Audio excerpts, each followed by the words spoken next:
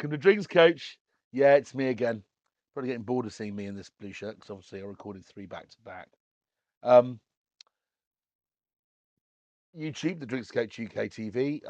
Look this up on YouTube, but I'm also now putting these out on Instagram as well as Reels.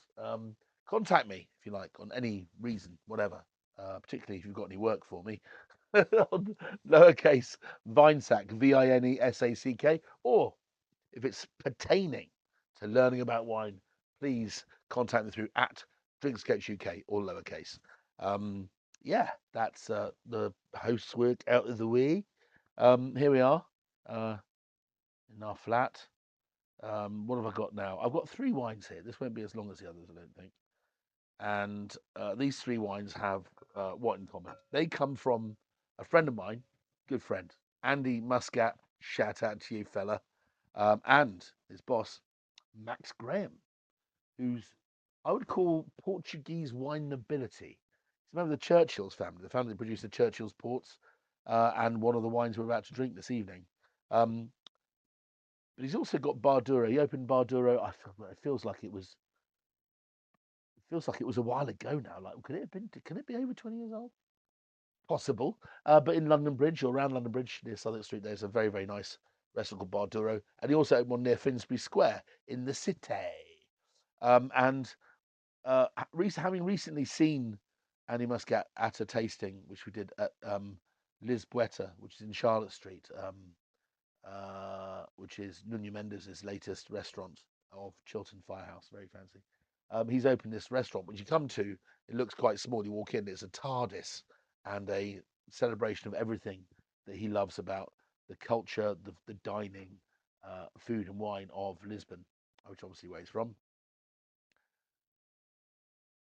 If I'm honest with you, however fancy the food is there and however good it was, I love eating at Barduro. If you want the experience of Portugal, and also, of course, Barduro is Douro. It's Gaia. It's north. It's a different place. It's like Manchester versus Liverpool or Manchester versus London. Um, and Max being a chap that grew up in the region which produces vintage port, he's representing the north, I suppose. But Barduro, if you want the best range of Portuguese wines in the UK, certainly the most eclectic and largest, as far as I know, but also want to eat really exquisitely delicious, not fussy, typical, authentic Portuguese grub, then Bar Duro is where it's at. It doesn't get any better than that. And thanks very much, Andy and Max, for giving me these wines, which I've held on to for far too long. It was only seeing Andy that reminded me I even had them. And it's because I met them at Three Wine Men, big festival of consumers. A lot of you might well have been there. And it was in London. Can't remember exactly where it was, not far from Victoria. And there was a big tasting, and it was being sponsored by Wines of Portugal largely. And they had a stand there. And I think that Max and Andy were running a stand on behalf of a group of wineries which they're a part of called Festa, Festa. Yeah, not the other Festa. And I said, look, can you give me some samples I can do on my show? Because I'd love to represent and show how eclectic and interesting a range of wines are. And Andy gave me 3 bottles of wine. And it's not until now, sitting down, having looked these wines up before we started this conversation, that I realised he sent me some of his really good stuff. Right, this is pretty fancy material. We're going to start off here with an Albariño. Albariño is a great variety of the Viña Verde and Rias Baixas in Spain, above that, but the northwest of Iberia. We've got a wine here which is Verdelho or Verdelho. It's a great variety which you'll only find really in Portugal, on the island of Madeira, or considerably well planted in the Hunter Valley in Australia for some reason, probably because it has acidity. Um, and we've also got a wine from the Douro Valley here. In fact, this is from the Churchill family itself. Thank you, Max. Thank you, Andy. Graffita or graphite is a wine I think currently releases 2020, 2021. Is a wine which is beautiful freshness and brightness. I believe it's a field blend, or at least this one is. I'm not sure if the basic one is, but it's a wonderfully elegant expression and shows you quite how deft Douro Reds can be. And they're like kind of Portuguese clarets, I guess. More welly. Meet claret meets Margaret River meets port, and you end up in Douro Reds, really. So we're gonna have that at the end. I'm just gonna pour some now. This one's a darker colour. This is the Grand Reserva or Granda Reserva. 2015, which is a field blend. That is, they picked all the grapes in the vineyard at the same time. It's made from usual suspects: Tinta Franca, Tinta Riche, Touriga Nacional. I'm sure I can read it in a minute, although my eyesight is failing. There you go. We'll come to the red at the end. Right. We're not talking about these aren't cheap wines. The first one, Valla dos Ares, is pushing Portuguese Albariño or Vinha Verde to the next step. So Vinha Verde is made from a bunch of varieties, but Aurinto and Loureiro and Albariño are probably the three that come to mind as the most important varieties. But there are others. I wish I could remember them and trot them off to you. But Valadares is a family-produced estate. The one we've got here is the Boras Finas, which I think is their pimp my Albariño. They have a basic Albariño, if you can call it basic, which is very nice. I imagine it's a 10, 15 pound wine. But this is a wine that spent time on lees. This is 2021 vintage, nearly 4 years old, and clearly is a wine that has much more potential in it. This wine, smelling it, tasting it, it's infantile. It's still so young. This wine will age beautifully for the next 8 to 10 years, I'm sure of it, and bring on some interesting vinous characteristics. Um, but let's start with this. So this is Monção Melgaço, one of the main regions of Vinha Verde or Vinha Verde. To a lot of people who've been on package holidays in the 80s, up in the north of Portugal. So it has a lovely smell. Smells like standing by the beach and going. It's like ozone and fresh air and seaweed and it's bracing, this wine. But it also has a minerality, but with that a sourdough breadiness. This wine's been aged on its lees, I imagine, in tanks. I don't know how much this is on wood, but there's a little bit of wood there, just a little bit. Um, oh no, it's really beguiling on the nose. And I've had this open for about an hour now, and it's only just starting to open up. And it was too cold before, and I'm rather pleased it's coming up to room temperature. It's more cellar temperature now, and a wine of this standing probably needs that. So there we go. I'm quite pleased that I've left it open for a while. 24 quid, I think, retail, something like that. So not cheap. But then again, pay peanuts, get monkeys, right? Nothing's cheap if it's any good these days.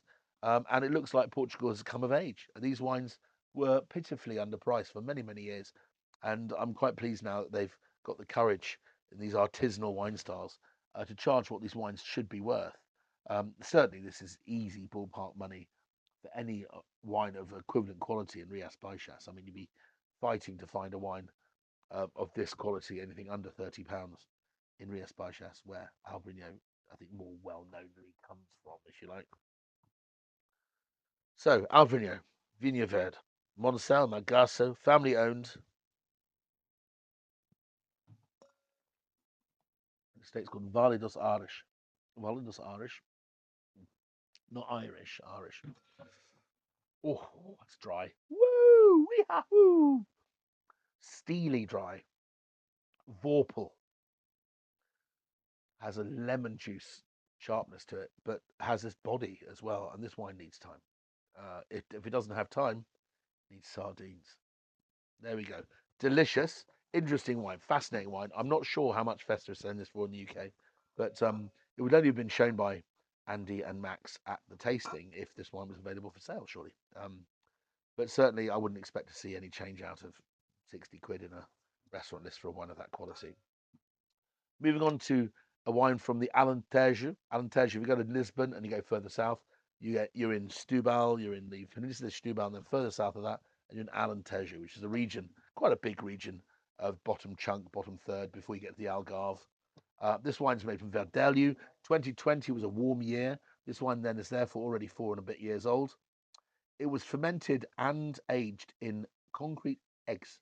Now, if you don't know what that means, I might as well. This is the first time I think I mentioned it on the channel. Instead of barrels, they're using raw concrete, which uh, has an ability to transpire. There's air will get in and out like terracotta, but liquid won't. In fact, some liquid would evaporate slowly on the outside, so it will concentrate over time. But these little nodules of raw concrete inside allow the wine to move quite a lot. There's a lot of nucleation points for what's going on inside the barrel. So the wine's constantly on the move, and it produces wines which have great complexity, and it ages the wine in a way faster than it otherwise would be. This wine's got darker colour to it. Also, concrete eggs, you can never throw them away. I mean, they're like a barrel that might be very expensive to buy, but you don't have to sell the barrels and buy new ones. So what does that give us? Because this wine's flipping expensive. I think it's about 45 quid. So Lord knows what it costs with a cheeky little whatever, whatever. I was trying to think of something you'd eat in a Portuguese bar. Fill in the blankety blank. Okay, right now. Wow. All sorts of things are going on in this wine, ladies and gentlemen. The nose is very secondary and tertiary. You're not getting the primary fruit flavors of fruit anymore. Hurrah! This wine is now wine. It's no longer a bag of fruit. It has vinosity. The nose is, I wouldn't say plasticine, but there's a waxiness to a beeswax note to it. There's a smell of pine, just a hint of like short leaf thyme, something like that, lemon thyme, something like that. But there's a real herbal, dry note to it. There's also the smell of fresh key lime, lime like dried lime rinds, dried limes, like you would buy in Thailand in a bag. A lot going on, right? The one has clearly evolved. It's got freshness, brightness, and that lime juice comes back on the palate. But it's taught without having the hardness, the tannin of wood. There's an authenticity here. This wine's only 12% alcohol, but this wine is a baby. I would love to see this wine aged for a lot longer than that in bottle. I think it probably is good for another 4 or 5 years before it really expresses itself, before it really takes its clothes off. But Passo dos Infantes is the name of this wine. It looks fancy, feels fancy, came with a fancy wax. Oh, I hate wax tops. There we go. I'm not going to criticize them for it.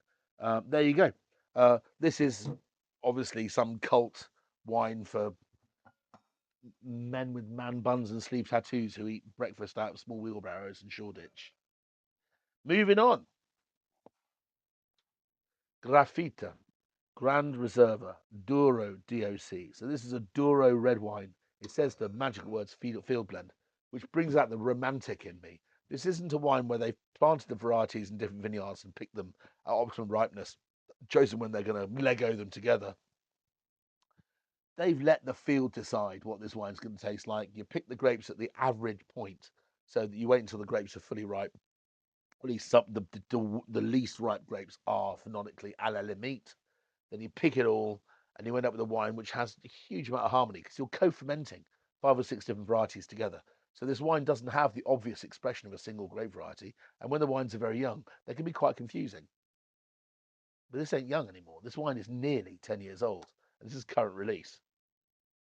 The nose is graphitey. Without I fell into the trap, didn't I? It does smell of like pencil shavings and like sharpening a pencil. It really has that smell, which is the reason why I think Douro in my head sits somewhere along the line of Pesset Leognan and Southern Bordeaux. Um, uh, now I see why it's called Graffita. Okay. Okay, so what have we got here? Alcohol 14, 14 and a half. It has body, but it has this cool, freshly shaved cedar note to it.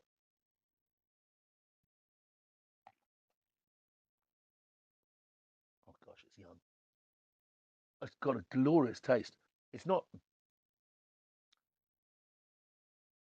It's not precociously ripe. They haven't left it so late that the wine is jammy. I find a lot of Portuguese Douro fill blends can be a bit primitivo, a bit jammy, a bit blueberry, a bit huckleberry, which is all very seductive and all very nice, but a bit simple. Oh, that wine goes on. That wine is an absolute cracker. Now I know that I would have to pay something in the region of 38 euros, Portuguese dough, if you like, if I was going to a shop in Gaia or um, uh, Porto or somewhere like that.